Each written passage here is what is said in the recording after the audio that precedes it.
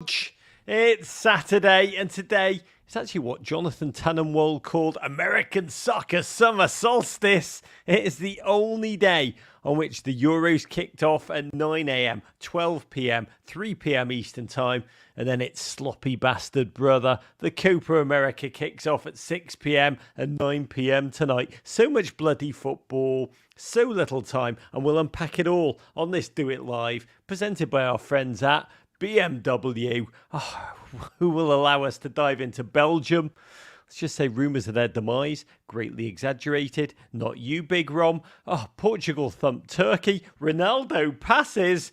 And Georgia win their first ever point at the Euros. Take that, Nick Saban. The US are about to take on Bolivia in the Copa Cabana. By the way, I'll break that game down with John Green tomorrow. The fault is in our stars, baby, at the final whistle. But tonight, let's unpack today's wonder with a gent whose byline I adore for his precise ability to revel in the narrative of football, sweet football. He's the chief football writer for the I newspaper in England, a bloke whose name, nominative determinism, for his ability to revel in rollicking anecdotalism, live from Leipzig, Germany. Daniel Storey. Good Abend, Rog. Good, and there you go. You're like, it's like Dances with Wolves. You've been there on the frontier for like a week now, and you're turning German. Slowly but surely. Oh my God, I can't wait for this. Next appearance, full on Lederhosen. Reminder, get your comments in the chat. Travis Powers wants to know, is Lukaku cursed? So many rockets at net. And just turned aside. We will break that down to old TP. But Daniel, we are a week into this tournament. Over a week. Feels like bloody months. How are you finding Germany? The bratwurst, the baklava, the kebabs of Essen? Yeah, all of the above. I'm feeling very smug because the train system that UEFA advised everyone to use has wholly fallen down in Germany. And little old Daniel Storey decided to bring his car over on the Le Shuttle train, which means I drove from Calais 6 hours to Germany. But who's the one laughing now? He's gallivanting off around Germany without waiting on platforms for any man. Are you really? Are you autobahning? Yeah, I am, yeah. I'm autobahning with my steering wheel on the wrong side. So Daniel Storey just writing bomb articles and picking up hitchhikers and having the time of his life. God bless. Barney Rene wrote a fine piece about Germany today in The Guardian. He said he's in love with the mind-bending schnitzel overload of the Munich cafe scene. He wrote schnitzels the size of stingrays. Schnitzels that will haunt you.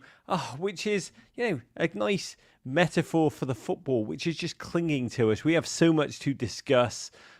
We must digest it all like a stingray schnitzel. Remember, you can be part of this show too, GFOPs. It's a Do It Live, which means you, dear viewers, are a large part of the show with your comments in the chat. You can ask us questions about football or life or Daniel's driving. Here's how. Just scan that QR code, top left of your screen, take you into a Zoom with our producer Jake. He'll get you right up here with your questions on any of the Euros or the Copa. Come and be with me.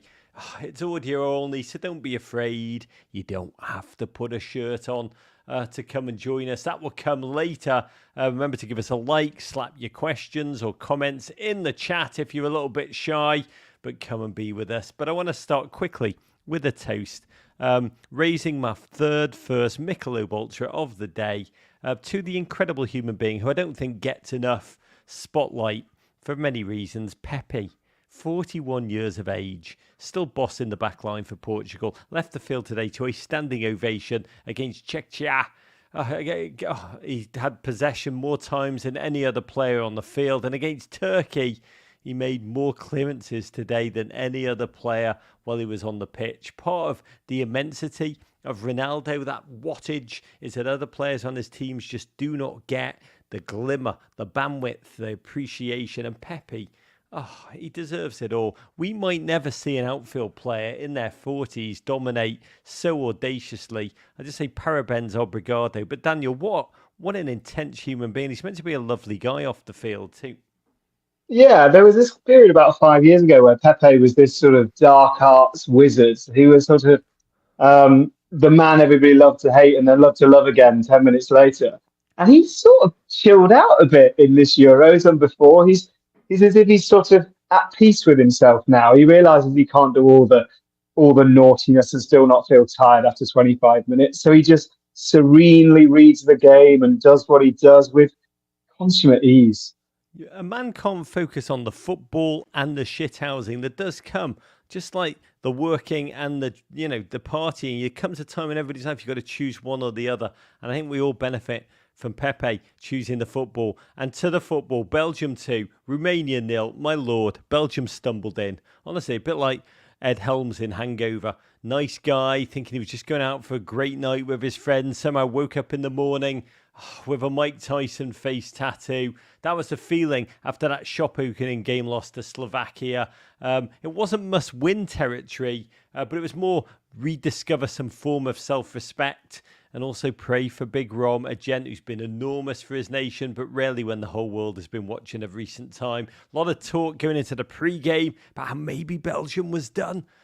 Maybe whispers that at 32 years old, Kevin De Bruyne was past his peak after 9 seasons in the Premier League. Nerves settled within 73 seconds. Doku down the left, fed poor Big Rom, who I do believe in more confident days would have spun and thrashed a shot, but after what happened in that opening game, decided to play it safe, rolled the ball back to the on-rushing Tielemans, who just smashed that ball home. Big Rom redemption tour begins. As now Big Rom, the big hold-up man, Daniel.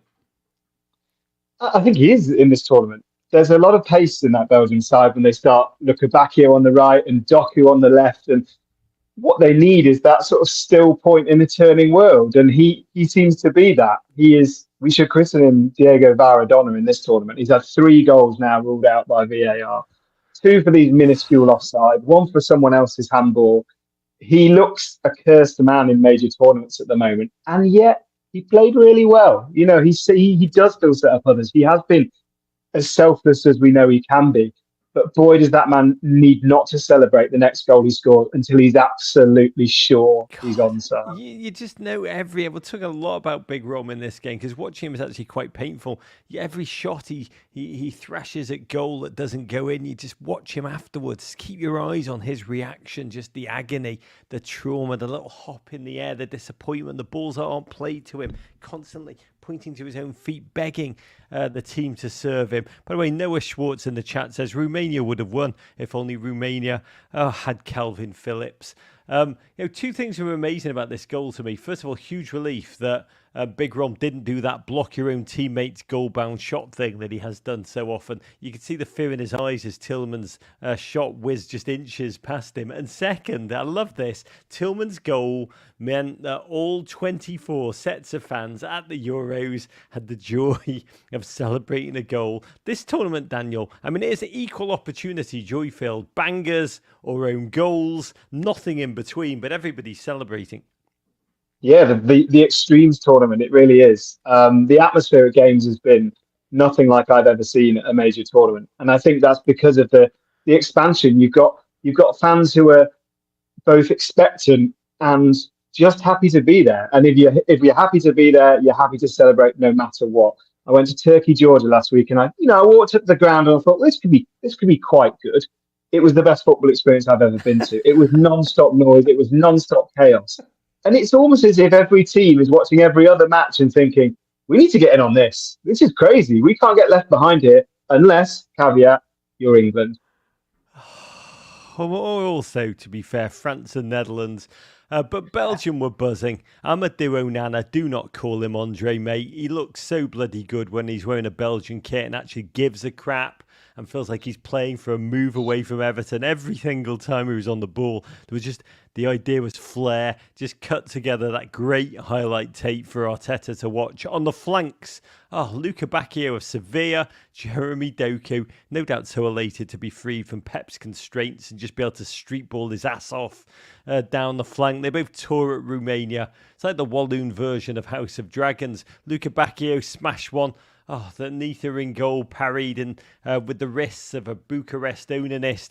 Felt the outset, Romania could only hang on in this game. They could only defend their flanks, really, with skullduggery. Yeah, absolutely. They're a funny team, Romania. They are all passion. They are all chaos. And occasionally it comes off, as against Ukraine, and Ukraine look around as if to say, this opponent's not meant to do this. And then there's times when you could play them through on goal 15 times, and it's like they've been watching those Lukaku highlight tapes, because they find the goalkeeper with every shot. They find the post with every shot. They blaze over from the 30 yards and then look at each other and say, that's surprising, as if they haven't done that the last 82 times they've also tried it. They are, like every team in this tournament, they are fascinating because they are deeply flawed and deeply exciting because of it. Belgium was sizzling. Doku was just playing like a man who had made a battlefield vow to Big Rom that he would hook him up, fizzed in a ball. Big Rom bodied a man dead when he was slow on his own turn, shot blocked. But Belgium just had that 1-goal lead. That was always in the front of mind. And that old adage suggests where there's a Wout Faes, there's hope. I'm honestly convinced, Daniel, Wout Faes is just the latest footballer to experience almost the Guendouzi effect, a bit like late career David Luiz. If he didn't have the hair, he wouldn't be considered he'd be looking for another job. He stands out because of the hair. He stands out because he seems to... Defenders normally, elite defenders, tend to slow down as they go into challenges, gracefully slide into a challenge. He charges at everything like he's saving someone from a house fire. He just charges into challenges. He charges into headers. He makes fouls and then looks at the referee as if to say, "Well, all I did was run in and knee someone in the back. It's not my fault." He is a very bizarre central defender, and he reminds me very much of David Luiz, both in hair and in style. Everything is 100 miles an hour. Everything about him screams summer target for Everton Football Club. But second half, Romania did look lively. Their finishing continuously had a bit too much beetroot on it. Fine save from Castells on a one-on-one. Big Rom, back to him. Oh, he got his hat-trick of Vardoff goals this tournament in a flash, charging in, finishing ruthlessly. And for a second, I was elated for Big Rom as he charged away thinking he'd scored.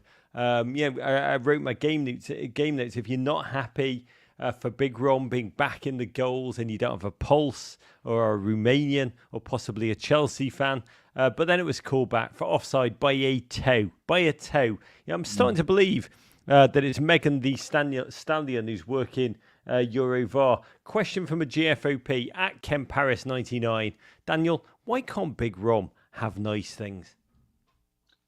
I don't know. I've never seen a man better at finishing when offside. His finishing is unnerving when he's offside. That finish was beautiful. It was guided through. And he doesn't do that when he's onside at the moment. We should say he's still playing because he scored 85 goals for Belgium. He's the highest scorer in international football other than Cristiano Ronaldo in Europe. He's one of the highest scorers in international football history. He has produced it. But I think back to Qatar when he had that game against South Korea when everything went wrong. And it does feel like a mental issue. It feels like he's less confident when he's playing in major tournaments than when he's playing in qualifiers. Yeah. I mean, I actually ache for this man. He's a very sensitive human being, a very sweet, deeply emotionally intelligent human being. His confidence, you watch him, the runs he's starting to make, sometimes it looks like he's actually hiding from the ball. Like he doesn't really want it coming across to him. But here again, in that moment, thinking, yes, again, I'm a national hero. And then the marginalist of offsides. He's 31, as you've said, statistically one of the greatest goal scorers international football's ever seen. No man scored more goals from Belgium, 85 in 116 Belgian appearances. I do actually think the only scientific explanation that makes any sense now at this point, tactically, footballingly, is that he's bloody cursed. That's his role, really, post-World Cup 2022. When his team were bounced from the group staging, he missed 5 chances in that game, watching him distraught, taking his howling pain out on the dugout, smashing it up and then sobbing in Thierry Henry's arms. I'll just say to better days ahead for you, Rom, you beautiful human being. 20 shots for Belgium, but still just 1 goal lead. They had to finish the game off, and they finally did by just getting it launched. Flemish Tony Pulis tactics, long ball over the top from goalkeeper Castile. First goalkeeper assist in the Euro since 2008. De Bruyne reacted quicker, smarter, 32 years of age, just blazing in with the desire of an athletic peasant in a Bruegel landscape, speared the ball home. Big big rebound performance for Belgium. Group E for everyone. Group E for even, 3 points for everybody. Belgium play Ukraine. Romania play Slovakia Wednesday. It's going to be one for the tie-breaking edging aficionados. Though, Daniel, you understand how it all works tie-breakingly. I've got a huge list of them. It's fairly complex and deft, but Romania and Slovakia could be a game where both teams know a draw gets them through. Germany, Austria World Cup, 82 style. Pray for Ukraine. To put that into context, how close that group is, about 7 minutes before we started this call, I sent UEFA Media Accreditations an email and said, look, there's a game on Wednesday, Belgium, Ukraine in Stuttgart. I'm not due to be there. Can I come in? And within 3 minutes, they replied and said, yes, you can. So I am going to drive 4.5 hours down to Stuttgart for that Belgium-Ukraine game. And I will see the Romelu Lukaku renaissance. I will see the redemption. God, I don't know who I want to win more. War-torn Ukraine, who for every moment, every success just means something more to millions of human beings, or Big Rom. That is the tragedy of his traumatic pain. He's like watching the Book of Job lived out on a football field. Slightly happier story. Because Ronaldo writes the narrative. Portugal 3. Turkey 0 in Dortmund, swamped with Turkish fans. 7 million Turks live in Germany, their largest minority, invited in to help rebuild the nation, rebuild German industry after the Second World War, gifting them Ilkay Gundogan and Mesut Ozil along the way. Really, this game was a chance for Derek Ray to drop his elite pronunciations for 90 minutes. It was a masterful performance. Started with him opening up with his Turkey, which, wow, Alexi Lalas then anointed Turkey as the future of European football. God bless Cellini in the studio, who quickly retorted, I don't know about that. And guess he was right. Both teams had opened their Group F games with a win. Turkey, Verve in a 3-1 victory, while Portugal ground out that 2-1 win in stoppage time. But Turkey A were without 19-year-old wizard, retired to the bench, old Ardan. Without him, Turkey so much lesser, as the Portuguese opened up with just a confident rhythm, jeered with every pass by the massively Turkish crowd. Rafael Leao fed a speedy Nuno Mendes, fired a nutmeg pass into the box. The ball dropped agonisingly behind Ronaldo, who just fell over. And the ball dropped to the one-man Turkey would probably most not have liked it to have come to. Bernardo Silva needed no second invitation, lashed it home, first in a major tournament. You, Daniel, love Ronaldo. I think you tweeted he went arse over tit, one of the great English phrases. No doubt he'll claim that as a brilliant dummy.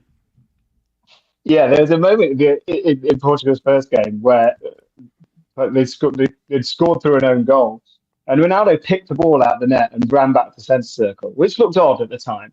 And then you go to Ronaldo's Instagram feed later in the day, and you see there's a picture of him holding the ball as if he'd scored the goal, which at this stage you sort of have to admire it. He is not front and centre of this Portugal team, which is deeply weird for any of us that have watched any of the last umpteen major tournaments. He's this sort of latent threat now who drags defenders into his orbit and yet creates space for Bruno Fernandes and Bernardo Silva and Rafa Leao and this band of attacking midfielders, which is, by the way, as good as anything else in the tournament. God, the way you describe him, he's like a better-looking Harry Kane, but it would get worse for Turkey A. In my BMW moment of the match, a Portugal attack broke down. I think it was Cancelo trying to slip Ronaldo in. He misread the pass, which just bobbled innocuously towards the Turkish backline. I think there were 4 Turkish players around the ball, no danger whatsoever. But then Samit Akaydin decided to no-look a back pass to his goalkeeper, who had vacated his goal face. It's kind of a football decision that got Lucas Paqueta into trouble, to be honest. And despite the goalkeeper's desperate attempts to undo the miscommunication, the ball moved agonisingly over the line. Own goal strikes again, Daniel. In this Euros of food bants, of bangers and joy, own goal is the story of the tournament. I think 6 own goals at the tournament. And I'm sure you'll have a theory as to why there are so many. But own goal, you can't stop him. you can only hope to You contain get them. own goals. You get own goals when you get high pressure moments, I suppose, is the theory. But this was hold my beer own goal fans, because the first thing they teach you at defender school is if you're going to play a back pass, don't play it between the lines of the goalposts, because if something goes stupidly wrong, the worst you do is give away a corner. Nobody read that memo. Altai Bandir flies out of his goal to get a pass that's not there. Like Google Maps had sort of delayed, he'd run to the wrong venue. And and the sight of him plus defenders screaming for a ball they were never going to reach was moment of the day. Only the second ever own Euros own goal from outside the box. We saw something very special together today. America, it's quite an achievement, Turkey IA, to be candid. Best part of the goal, according to GFOP, at Lou B. Banks, Ronaldo throwing a fit when the ball did not come to him from Cancelo, and then his team scores the goal, but it's still all about him. Ha ha ha ha ha. God bless Ronaldo. That was genuinely one of the most amazing. You could tell even when the own goal went in, he was still furious that he was not slipped in for the pass. It's just an amazing way. And by the way, we laugh, but it's that fire that probably you could say propelled him in the same way as biting people propelled Luis Suarez to elite levels. But Turkey IA, sorry, Derek Ray, I'm butchering this like a sad bastard, remain wide open. Portugal killed the game off early in the second half, ball in behind, aided by two Turkish players electing to fall over simultaneously, allowing Ronaldo to sprint in unopposed. And then really an immense athletic moment from Ronnie, displaying almost black belt levels of control and repression of his natural urges to shoot with every ounce of energy in his body, Daniel. Yeah, the pass that nobody saw coming. He is, we should say, for all the mockery that I think he lightly deserves, he is unselfish in those moments. He does love assisting as much as scoring, just so long as those teammates are quick to point out that he passed the ball, that created the goal, that won the game. As long as that's all in place, he's happy. Yeah, well, I mean, the watching world in that moment was like, oh my God, did Ronaldo just become unselfish? But Ronaldo's mind, he knows his numbers, he knows history, and that assist gave him sole possession of the most assists in the history of the Euros with 7. I mean, what an incredible human being. I just love the way he knows, well, everything. Noah Schwartz in the chat says, the most fantastical thing I've seen on the football field, Cristiano Ronaldo being unselfish. Was this the day that Cristiano Ronaldo became president? Look, Turkey, disappointing, Daniel. Backline as porous and as open as the on-field security. Derek Ray said, Turkey IA will play Czechia. It's like just an orgasmic moment of linguistics. I almost spontaneously combusted at home at his immense appreciation of European etymology. Portugal win Group F, become the third team to qualify for the knockout round. That means they'll probably avoid France in the round of 16. This Portuguese squad, Daniel, deep. They move so well. But where do they stack for you, toe-to-toe against the big bad boys who really have caught the eye, your Germans and your Spains in this tournament? Yeah, the big question is around central midfield. I think Vitinha has been one of the best performers in the tournament so far. Central midfielder for Paris Saint-Germain, that's good enough for most people. But there is a question about how they control the game, because with Rafa Leao, with Bruno Fernandes, with Bernardo Silva, with Ronaldo, that is very much 4 attackers. And there's a lot of work for a midfield to do when you've got fullback also flying forward. But yeah, all the tools are there. If they can stick it together, they can beat any team in this tournament. The issue is, you might know it, it's Roberto Martinez. It's what happens when things get tough. It's a question of falling apart in those sticky moments. That's the only reason to doubt them, I think. God, I've never, ever, ever doubt Roberto, one of the sweetest human beings in the world. Defending as a manager, not so much, but I do get such joy. And to watch him when Ronaldo passed that ball for that third goal, his little face, he beamed as if they just won the whole bloody Euros. Poll in the chat about who would you most like to see win, Belgium or Ukraine, in their next game. Get your votes in. Belgium and Big Ron currently leading 61%. The other game today, Czechia won, Georgia won. Georgia with all their Ezzies and Illiches and Georges and Georgies took the lead. It was George Mika Utadze, French-born son of Georgian parents, opened up his body to become the first player since Gareth Bale to score in each of his nation's first 2 Euros games, and he scored from the spot. In goal, another Giorgio Mamardashvili made 11 saves before being done by Peter Schick, who hit the post and then had the ball bounce in off his tum-tum. Even when the goals are terrible, fan celebrations just feel epically theatrical at this tournament. And right at the end, MLS player Sabalobja DJ missed the most glorious chance, last kick of the ball, slipped in, just the goalkeeper to beat, blasted it wildly over the bar. Dude plays for Atlanta United. He's double Georgian, and still it didn't help at all. Stefan in the chat says, now that Ronaldo's no longer selfish, are we going to see less or more underwear selfies on the Insta? Always bet the more. Daniel, I want to quickly get your opinion on the national dumpster fire that is England, top of the group, but also just a disaster class in the eyes of the nation. The England shirt continues to hang heavier than a bag filled with osmium, which Google told me earlier is the heaviest metal in the world.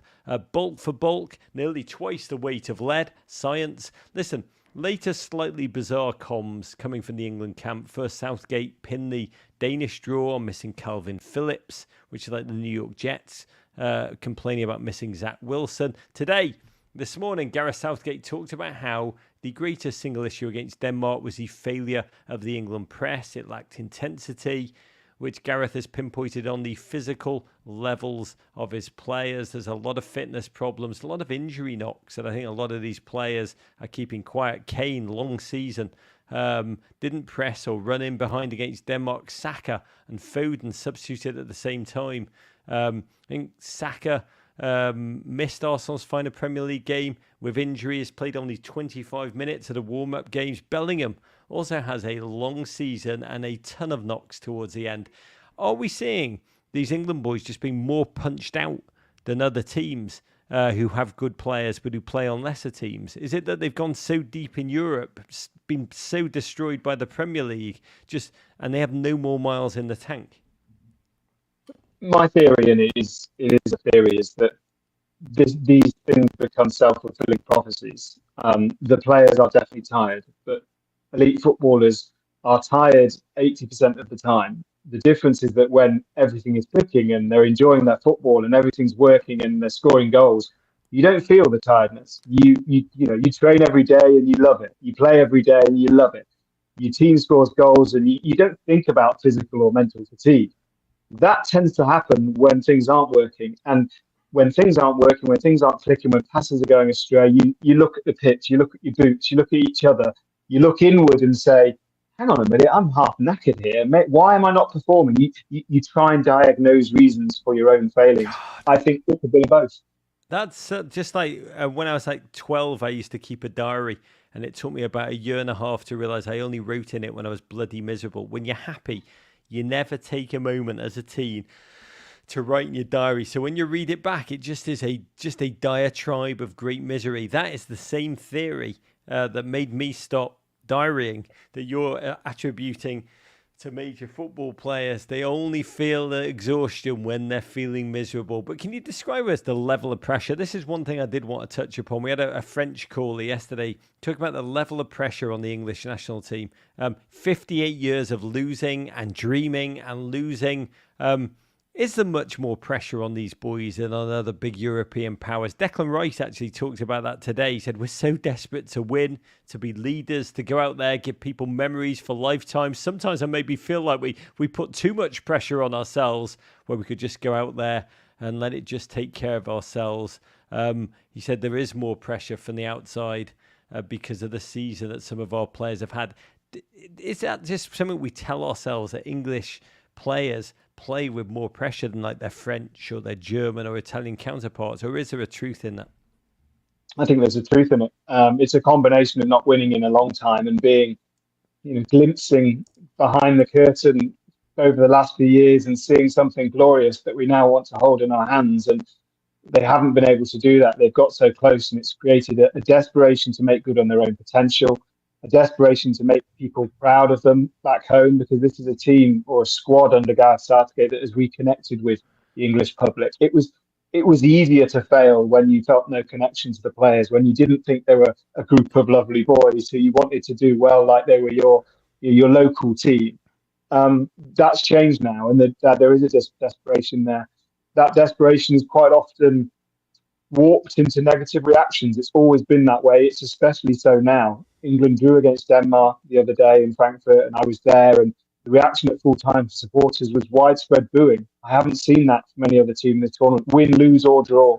Bad result, good result. Bad performance, good performance. At the end of every game, every other set of fans has clapped the team and said, "Thanks for trying. We're glad we came to watch you."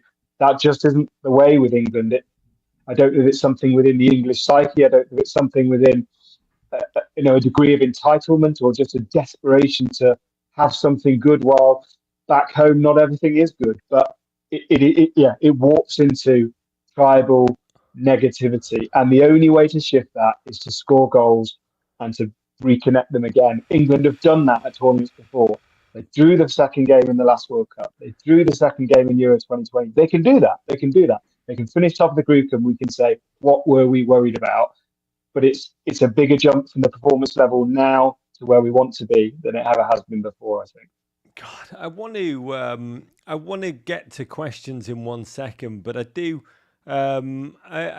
believe that there's a notion of the Germans actually have it of turn your Mannschaft, finding your strength game after game. Teams that don't look good in their first game, finding a rhythm. Later on, 1986, England were terrible in the World Cup. They lost to Portugal in the opening game, then just drew sordid game against Morocco on the brink of disaster. And they then unleashed 3 Everton players. This is not why I remember it, but maybe it is. It was Peter Reid, Trevor Steven, Gary Stevens, and it all just clicked with another Everton player then, Gary Lineker, scoring a hat-trick in that game, and a journey in which many memories were made to follow. There is a possibility of finding a rhythm, inserting a new player or players, finding that energy. We're really at a road less taken moment of decision for Gareth. Does he stick with what he knows, build around the national institution as Harry Kane, or does he do something that he's never done and try and conjure magic out of newness, Daniel? Gamble it all on untested parts. Cole Palmer, Anthony Gordon, true left winger, Adam Wharton. Which way do you see him going? It's a bit of a leading question. I think he's certainly more inclined to be courageous than he ever has been before. We saw that with the squad he picked. We saw that with the players he left out of the preliminary squad, and I think we might see it in the final group game. Now it's a thin line between desperation and courage, and that line is ultimately defined by the result rather than before the game. But I think he will bring in Anthony Gordon potentially. I think he might bring in another midfielder. I think the big change will probably be Jude Bellingham coming deeper to sit with Declan Rice and to say, right, we're going to control possession, and if we control possession, we don't need to worry about the pressing or being counter-attacked at will like Denmark were doing. The flip side to my slight negativity of the other question about tired players is that when elite footballers do click, they love it. It only takes 2 or 3 moves and they think, hang on a minute, I remember this tune, I know how to play this song, everything's in gear. And when that starts to happen, it can actually be more magical than it just playing well all the way through. If you play badly and then suddenly you find that rhythm, you think, hang on, this is our Euro 2021 knockout vibe, I remember this. And if that happens, England will feel that they suddenly lift the mood, and that's when something special I would happen. love it. Now I'm feeling excited. I would love it if Gareth Southgate took the field for the final group stage game wearing Memphis Depay's headband, front waist with just who cares on there. Just like, sod it. I'm going to do this, going to roll all the dice, put all the young guys in and win or burn the house down. We're going to pivot to your questions in 1 second, but I do want to give a massive preview because I'm so bloody excited for tomorrow's main event, which comes in the Copa Cabana. The US men's national team, our Gens Eagles, take the field for the very first time in Dallas. Real moment of truth time, 6 p.m. Eastern time on Fox proper against number 84 in the world, Bolivia. And I'll say a couple of things about tomorrow's day of days.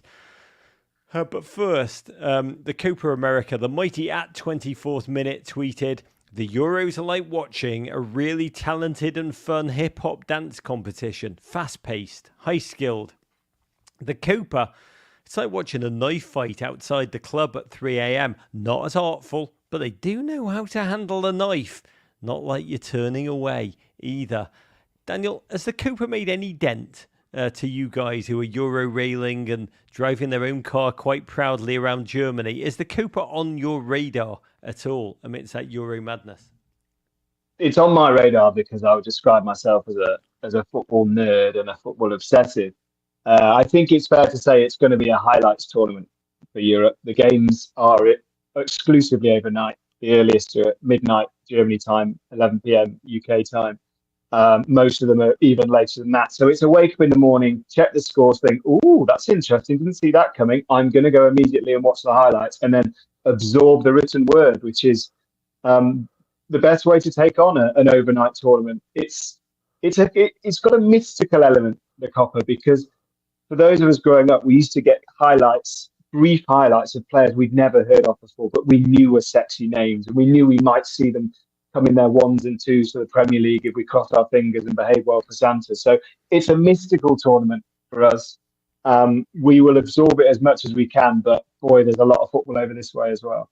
God, there is a lot of football over every way. And the men's national team, our United States boys, look, going to level with you, it would be a massive shock if they fail to emerge from a group in first or second place from a foursome that includes Uruguay, number 14 in the world, Panama, number 43, and the Bolivians, 84. And the order they play these teams in has honestly been very kind. They could wrap up the group in the first two games before having to battle a real shop and threat in Marcelo Bielsa's Uruguay. But the goal in this tournament is pretty simple. This US men's team, they need a marquee win. They need a win in a knockout round against a real foe. We need to prove ourselves to ourselves. You know, we might face Colombia or Brazil in that quarterfinal.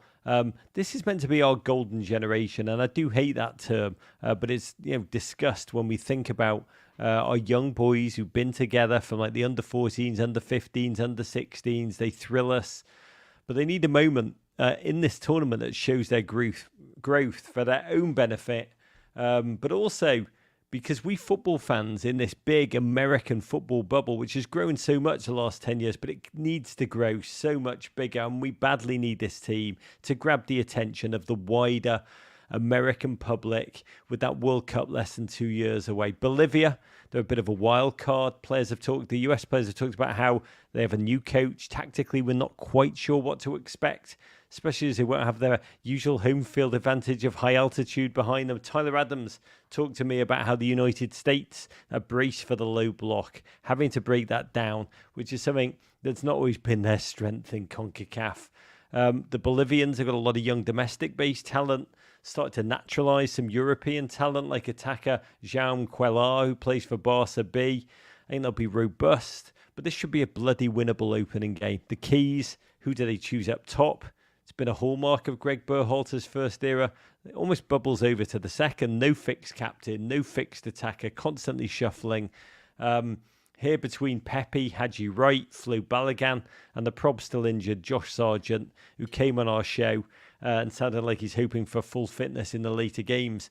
I'll just say play Pepe in front of his home crowd in Dallas. Please, please, please. He deserves that. The key for me is how fit Tyler Adams is, how many minutes he can go as he returns from a series of dreadful injuries that have limited to a handful of minutes over the past year. Yes, Johnny Cardoso is a fine defensive midfield replacement, but Adams does more than just play football. He's a tone setter, a leader. He demands tempo, he demands application, he demands focus from the rest of the team about him. We are light years as a collective better when he's on the field, and I don't think he can play 90 minutes. And I wonder how much Greg will let him off the leash, because we have a lot of football to play, please God. Tyler came on our show. You can find it on his series on the Men in Blazers Media Network, The Captain, presented by Allstate. And he told me he expects to play 90, 90, 90, 90, 90, which I think means we're going to get to the final, baby. We will go as Tyler does. I've got to believe we'll win this game. But I need to know, Daniel, from you. You know, we in the United States, we dream of glory, a bit like you English dream of glory. But our delusions are a little bit different. Well, our delusions are based on being a superpower in CONCACAF. which is a bit like me going into a kindergarten class and just feeling great because I open up a can of whoop-ass on everybody else in the class dodgeball competition. On Fox Sports yesterday, they were asked who's the best player in the world. And they had Pulisic in the conversation alongside Vinny and Mbappe and Jude Bellingham. We just believe our own hype here on occasion. We believe Gio Reyna was hard done to. We believe Balogun is a world-class striker. We build our boys up almost with the same passion that you English guys knock the boys down. Can you give us an objective read on how you view us from England? What weight class are we in your eyes? I think you're in a weight class below at least three of the teams at the Copa, which is Brazil and Argentina, understandably, and I think probably Uruguay, given Marcelo Bielsa's work already in that job. The question from my mind is whether you can be the next best of the rest, and the best of the rest is being better than Colombia, who, let's try and put aside that friendly and pretend that didn't happen and say, well, when it matters, we will go toe to toe with you. That confidence, by the way, is a great thing. It's better than not having it. I honestly believe that. I would rather that the American public thought that Pulisic was one of the best players in the world than didn't, because you get nothing for putting yourself down. We see the American expression as one of confidence and upbeat nature, and it would be stupid to shy away from that and be something you're not. Celebrate it. Talk yourselves up if that's the way you're going to do it. But yeah, these are the moments, these are the weeks when the walking has to match the talking, and everybody holds their breath to find out if that's going to happen, because it's been a long time coming, quite frankly. I think 2010, when England played the USA, and it felt like a matched match. Oh, God, those were the days. Didn't we almost have it all, as they say? We're going to take a couple of quick questions. Oh, a reminder of how this works. Here on YouTube Live, scan the QR code, top left of your screen, or pop your comment in the chat and we'll read them. You can get on the Zoom with our producer who can bring you on. Smash the like button. Let's start with, I don't have a name, but tell me who you are and where you're from.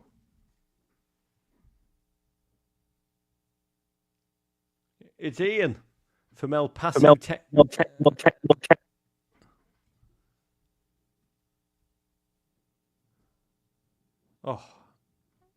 Ian, I'm going to read this beauty out. Ian from El Paso, Texas, says, Daniel Storey, one of the joys of this tournament has been Eastern European teams playing almost on a level playing field with the West. How has that come to be? Such a refreshing change from the Champions League. Yes, that is so true. We've got a slight technical problem with old Daniel Storey. But I will say one of the joys here of the Euros is that it's so bloody representative of the entire continent. The first week of Euro 2024 anyway feels like the gap between East and West can be closed, at least in international football. And that, I think, is one of the most dizzying parts. It's made it feel like a unified tournament in every regard, truly representative of the entire continent. And the more that can occur, God bless, the better we will be. Next question from Christian in Philadelphia. Wants to know, Rog, should we beat Bolivia tomorrow? Is just a win a success, or do we need to see a little something more? God, that is such a great question, Christian. It depends who we are. I believe you mean we, the fans. I mean, ultimately, yes, we want a massive win. Ultimately, the team will want any kind of win. You just don't want to lose a tournament. You want to, in the opening game, that is the critical nature of tournament football. Avoid a draw, utterly fine. But the reality is, going back to the point I made earlier, this team needs to dazzle. It is remarkable the way CONMEBOL have set up the Copa. They've essentially realised they don't really need to market this tournament. This tournament doesn't need to make outstanding noise. There's enough Brazilian Americans to fill an NFL stadium. There's enough Mexican Americans to fill several NFL stadia. There's enough Argentinian Americans or Messi fans to fill. So ultimately, are there enough US fans right now to fill that stadium? And the answer we've seen is almost certainly not. So to change that, you need goals, you need moments, you need what used to be, not anymore, but sports center moments, I guess TikTok moments right now. So for the team to come away with a defiant win, an audacious win, the win that really I'm sure Greg Berhalter dreams of, that is ultimately the goal. Daniel, you're beautiful, man. We lost you for a moment. There was a great question that you will absolutely smash in a way I cannot. But the question was from El Paso. It was from a man called Ian, who wanted to know that one of the joys of this tournament, Eastern European teams playing almost on a level playing field with the West. How has that come to be? Because it's such a refreshing change from the Champions League. It's my favourite thing of the tournament so far, and it's a brilliant question. After Euro 2012, there was an expansion by UEFA of the European Championship from 16 to 24 teams. And the reality was that by then, you could pretty much name 12 or 13 of the 16 teams you thought would qualify. Occasionally, you had horrific failures like England not making it in 2008, but generally, the big boys turned up to the party. Since then, the 24 teams and the creation of the UEFA Nations League, a new competition to replace international friendlies in European football, has basically completely mixed everything up. It's provided more opportunities for lower-ranked nations. And in European football, after the big boys, the next best are the Eastern European nations. They are investing huge numbers into youth football. You look at Georgia, who are the minnow of this tournament, but they hosted the European Under-21 tournament last summer, and they finished top of a group with Portugal, Sweden, and Belgium in it. They are legitimately good at youth level because they are pouring huge amounts of money into it. Because football is a global game; it's a European game. It's the game that everybody wants their team to be at a major tournament. Everybody wants to go and watch their nations have that goal. Every team has done it at this tournament, and that's brilliant. And the Eastern Europeans, they are bringing the noise. They are bringing the drums, they are bringing the slightly chaotic defending, and they are bringing those moments that I will remember until the next Euros, because the noise when those teams score is like an entire nation has fallen into joy.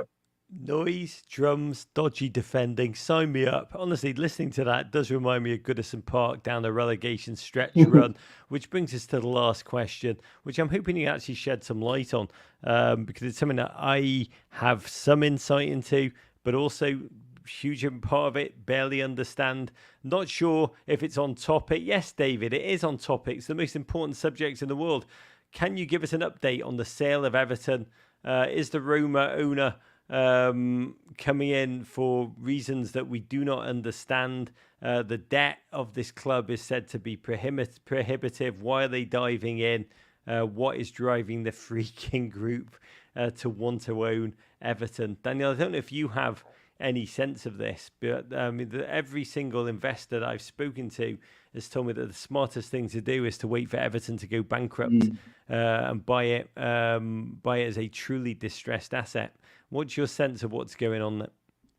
That is the thing to do if you want to save money. If you want to take Everton forward, then it's fairly difficult PR to be seen to have waited until a club has gone into administration before picking them up. Because administration, although it allows you to avoid paying a large number of creditors, it also means that people lose their jobs, that players get sold on the cheap, that academy kids get kicked out before you've seen their full potential. So why not be the white knight? Why not ride into town and say, not only am I going to buy your football club and I'm going to make it great again, I'm going to do it. I'm going to do it on your terms. I'm going to do it by putting more money than I need to, more money than perhaps I even should. But I'm going to show you that I am for you, because if I come in and spend £300 million I perhaps don't have to spend, then how else can I show you my love? How else can I demand that you buy into language. My project? Is it just burning cash is the love language? That's what you say. Yeah, that's what you need to do. I love this. We should also say, slight caveat in brackets to all that love chat, there is also a huge stadium being built that it would be really, really nice to get hold of if you are a potential owner. People love owning Premier League clubs because of the prestige, the kudos, the global appeal, the marketing appeal. If you turn up in town and someone's already built a stadium for you, things are good, baby. Oh, God, I cannot wait for Paulo Dybala to Everton rumours. By the way, Big Rom, come back to us. We were really the only club that you've truly been loved and loved in return. And you know that is true. To better days ahead, to the Freakin' family, we love your love language. This is all moving so fast. It is completely and utterly bewildering. God bless. By the way, one piece of news before we go. I love this story. Mbappe returns to France for practice game to test out the mask. He played 60 minutes in a game behind closed doors. He played against a local team of Paderborn youth, which I just love. Someone's going to make an incredible 30 for 30 in about 10 years, speaking to those kids who just played against the French national team and then went back and worked normal jobs in the Paderborn area. I just adore every single thing, as I have speaking to you tonight, Daniel. Quick look at everything else coming up at Men in Blazers World Headquarters over the next couple of days, where our heat map, honestly, at N'Golo Kante levels, we're reveling in this Europa Copa, just utter cluster F. We are back with a very special Do It Live after tomorrow's, please God, US men's national team victory against Bolivia in Dallas. Got a very special guest joining us, none other than my mate, Fault in Our Stars novelist, just football obsessive, John Green. All of it brought to you by the GFOPs at BMW, the same team who've actually just helped us unleash a travel series, which I love making. We went to so many of the Copa host cities here in the United States. We had the joy of traveling to Charlotte, Atlanta, Kansas City and Dallas to peel back the layers on their food, their singular culture, their delirious footballing stories. First episode featuring Dallas up now, just launched on our YouTube. Do not miss it. Thank you to everyone at BMW. Thank you to you, Daniel Storey, as you cruise around the Autobahns, just saving everything. Just before you go, what has been the true surprise, the true joy, the most unexpected pleasure that you've had while you've been on the road in Germany? The most unexpected pleasure has been that it's not felt like major tournament football at all. It's felt like cup football. It's felt like if you're going to have a go, we're going to have a go. It's not been a tournament of low blocks and time wasting. It's just been attack versus defence versus defence versus attack all the way through. It's the first game set the tone, and every other game has followed it. How does that happen? How does that happen? I mean, to me, Southgate, by the way, yes, not a great coach, but like he may in his head still be playing the normal Southgate ball where you just try and shore up the back and get a goal, hold on, grind your way through. It could be just the context that's changed. Everyone's been watching Ange Postecoglou videos and the whole of the rest of Europe have decided to be like, F it, we're just going to go for it. My COD science theory is that one of the first goals in this tournament was scored by an absolute screamer outside the box. And therefore, every player now who's on the edge of the box thinks, I want some of that. I want to be a national hero. If you've got two choices, play a sideways pass or pop one in the top corner, which one are you going to choose? I'm going to choose the top corner. Is that the shalabalaba theory? Yeah. I love it. Everybody wants to release their inner shalabalaba. It's great to be with you. Drive safely, you beautiful human being. We'll catch up with you during the tournament. Do not miss tomorrow's Do It Live, please God, post-victory. Until then, GFOPs, go USA and courage.